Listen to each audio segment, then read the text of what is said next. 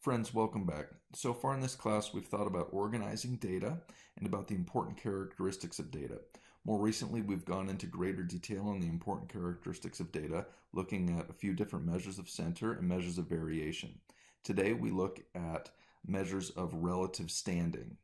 So this helps us figure out where within a data set a particular observation lies. Is it near the top? Is it at the low end of the data set? Is it right in the middle? Well, these different measures of standing will help us determine that. We'll look at two today, z-scores and percentiles. Now, a z-score is simply the number of standard deviations away from the mean that a specific data value is. That'll make more sense as we go into this, okay? But a z-score is just a count. It's the number of standard deviations away from the mean. If you're dealing with a sample, you're going to use this notation here. Notice we have the sample notation x bar for the sample mean and s for the sample standard deviation. And here we have the population notation mu and sigma. So we'll apply these different formulas. We're pretty much just going to be working with samples today, so we'll deal with this formula here.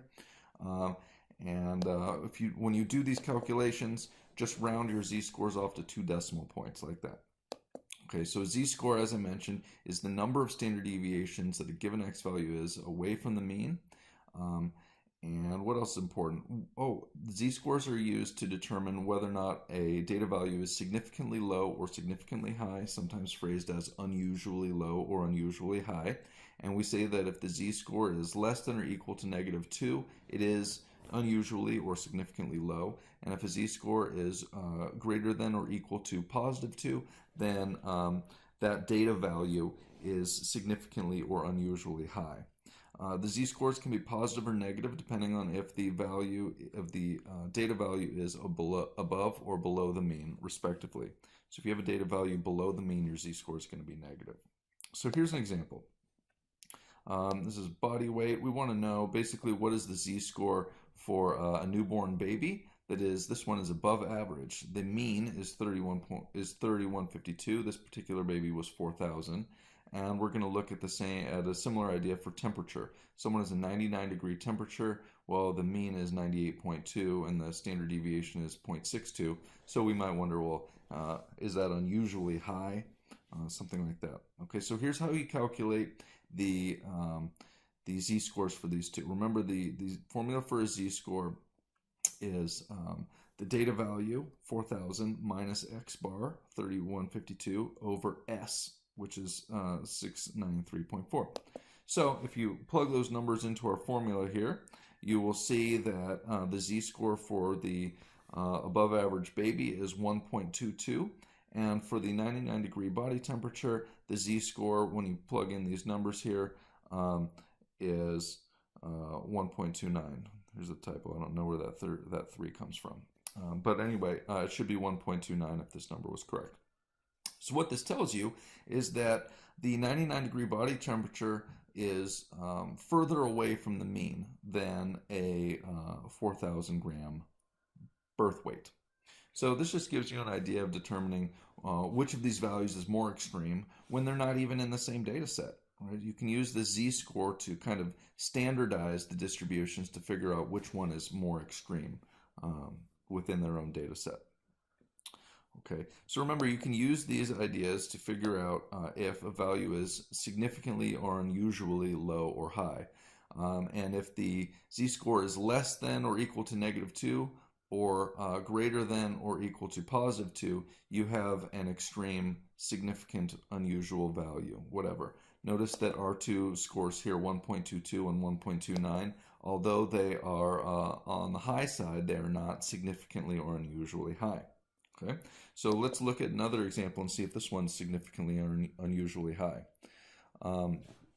So here you have a mean of 239.4, a standard deviation of 64.2, and we're wondering, is a platelet count of 75 significantly low? Right, so 75 is your x bar is 239.4, s is 64.2. You plug those all into the formula and you get a z-score of -2.56. And that is significantly low because it's less than -2. So certainly a platelet count of 75 is definitely low. Okay, so that's how you can use z-scores to answer some interesting questions. The next measure of relative standing are percentiles. So percentile, as you can see from the definition, it's a measure of location. And you might say something like, oh, this data value, it's in the 40th percentile. And what that means is that 40% of data values are below it. If you said a data value is in the 90th percentile, then 90% of data values are below it. Here's a formula for figuring out the percentile of a given x value. You just say, well, how many numbers are below it over the total number of values, and you multiply it by 100 to make it a pretty percent. Here's an example of how you might do that. We want to know what is the percentile for 11.8, right? So we're going to apply the formula here. We're going to look for the number of values below 11.8 over the total number of values. Well, I'm seeing that there are 10 columns here and there are 5 rows, so there's a total of 50 values here. So that's my total number of values.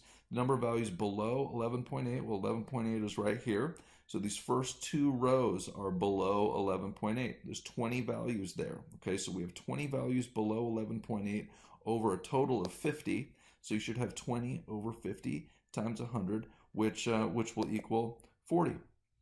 So this is the 11.8 is in the 40th percentile. Okay, so that's how you could interpret that. It's useful in some settings. A lot of times it's useful to go the other way. And by that I mean, instead of asking a question like this one, what is the percentile of a given data value, you might want to know, well, what data value separates, say, the bottom 40% from the top 60%. You might want to know, well, what data value is the 40th percentile, right? So if you have to go the other way, what we just did was figure out the percentile for a given data value. If you go the other way and you want to find the data value for a given percentile, well, there's an approach to that we'll look at. Here's some notation that's helpful. Little n is the total number of values in the data set. Okay, that is not new. K is new. This is going to be the percentile that we're interested in. If we're interested in the 25th percentile, K is 25, for example. We're going to be solving for something called L. L is the location within the data set that a particular value is. Now, it's important that the data set is sorted from smallest to highest. L will give us the location within the data set. For example, if for example, the 12th value in a sorted list has L equal to 12. I'll point that out when we do an example. Here's some notation. P sub k, that's just the notation for the kth percentile, right? P sub 25, that's the 25th percentile, also called the first quartile, which we'll talk about in a minute. Okay, so once you have this notation, in your brain, this is the approach, okay? You start here. The first thing you do is you sort the data from lowest to highest, and then you compute L. You put in K, that's going to be a number given to us. That's the percentile that we're looking for. And K over 100 times N gives you your L. All right. Now, once you get L, we want to know, is it a whole number? Okay, if it is a whole number, then the kth percentile is midway between that particular value, I'll do an example in a minute, and the value above it. Okay, so if L turned out to be 20, for example, then that's a whole number. And so the kth percentile would be halfway between that 20th value in the data set and the 21st value in the data set. If L is not a whole number, which will typically be the case, it'll be a decimal, you always round up. And so if L was, say, 20.2, you would round that up to 21, and then you go find the 21st number in the data set, and that is that's the value that you're looking for. So let's do an example. So we want to find the 40th percentile in this data set, okay?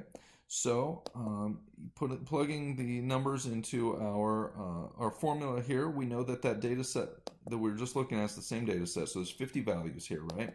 We know that n is 50, and we're looking for, and our k is 40 because we want the 40th percentile, right? So you plug all these numbers in here. 40 is the 40th percentile, n is 50, and you get that L equals 20. So L equals 20, that is a whole number. So we have to go halfway between the 20th and the 21st value in the data set. Here is the data set. The 20th value here is 11.6. The 21st is 11.8. So the 40th percentile is halfway between those two values, or 11.7. All right. Now, if L had been a fraction, like 20.2, right, we would have rounded up to 21, and we would just take the 21st value, which would be 11.8. But in this case, it should be 11.7 because L was a whole number. Now, important, useful application of percentiles that you'll hear more frequently than a percentile possibly are quartiles, as I mentioned earlier. Quartile is just a measure of location. We're breaking up the data into quarters, as you might imagine. So there are three quartiles, Q1, Q2, Q3, and these three borders create four different areas within the data set. You got the first 25%, the middle 25%, the third 25%, and you got the fourth 25%, right? So that gives you all your values. So these are the same as P25, P50, and P75.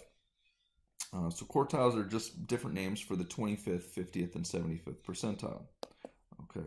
Here are some statistics that are not common, are not too common, but you'll see these from time to time. Now, what you might do with these quartiles is create something called the 5-number summary. 5-number summary can be very helpful in sort of describing the data in rough and ready terms. 5-number summary has the minimum and the maximum as the first and last, and then the three in the middle are the quartiles, Q1, Q2, Q3. You should note here that Q2 is the same as the median, so that's cool. Anyway, so let's do an example and find a 5-number summary for this data set. The minimum data value is 0.8, the maximum is 77.8, so to find the other three values in the 5-number summary, we need Q1, Q2, Q3, which is the same as P25, P50, the median, and P75. So let's try to find these in this data set. Well, those are the maximum and the minimum that I already mentioned. And if you actually crunch out the math, you'll see Q1, or P25, is here at 7.9. Now the median, in this case, we have an even number of values in this data set. There are 50. So as you know from past work, when you have an even number of data values, the median is the mean of the two in the middle. And the two in the middle here are 13.7 and 14.1. So the mean of those two values, which is the median of this data set, is going to be 13.9. And you'll see that 21.5 is P75 or Q3, depending on the type of notation you want to use. Now these 5-number summaries are a lot of times used in a simple graph called a box plot or a box and whisker diagram. The box plot is a really simple way to visualize the data. It's just a little graph that I'll show you in a minute. And it uses the 5 numbers in the 5-number summary. So in order to create a box plot, you just find the 5-number summary, and then you construct a line segment from the maximum to the minimum values, and you put on Q1, Q2, Q3 on that line segment. You draw little lines up from each of these values, and you make a little box around the quartiles. Let me show you what I mean. Here is our data that we've been looking at. We know the maximum is 77.8, the min is 0.8, and we have found the 5-number summary here already, right? The median is here in the middle at 13.9. So here's our 5-number summary that we found just a minute ago. The box plot is this line right here with the little box here in the middle. So it's a line segment from the minimum to the maximum, and then you have your Q1, Q2, Q3 noted, and you just draw little lines up for each of these Q1, Q2, Q3, and then you just put a little box around the whole thing, and you have a box plot. Now this box plot is useful for looking at how the data are distributed. This box plot right here is definitely skewed right. You can tell because it has a long right tail. If this box were in the middle, you'd say, well, it's probably normally distributed. If the box were over here on the right side, you'd say, oh, well, the left tail looks big, so it's skewed left. So you can use a box plot to identify skewness. That's the main thing that it's useful for. So I hope this video has been helpful, and I will see you on the worksheet video. Thanks for watching, friends.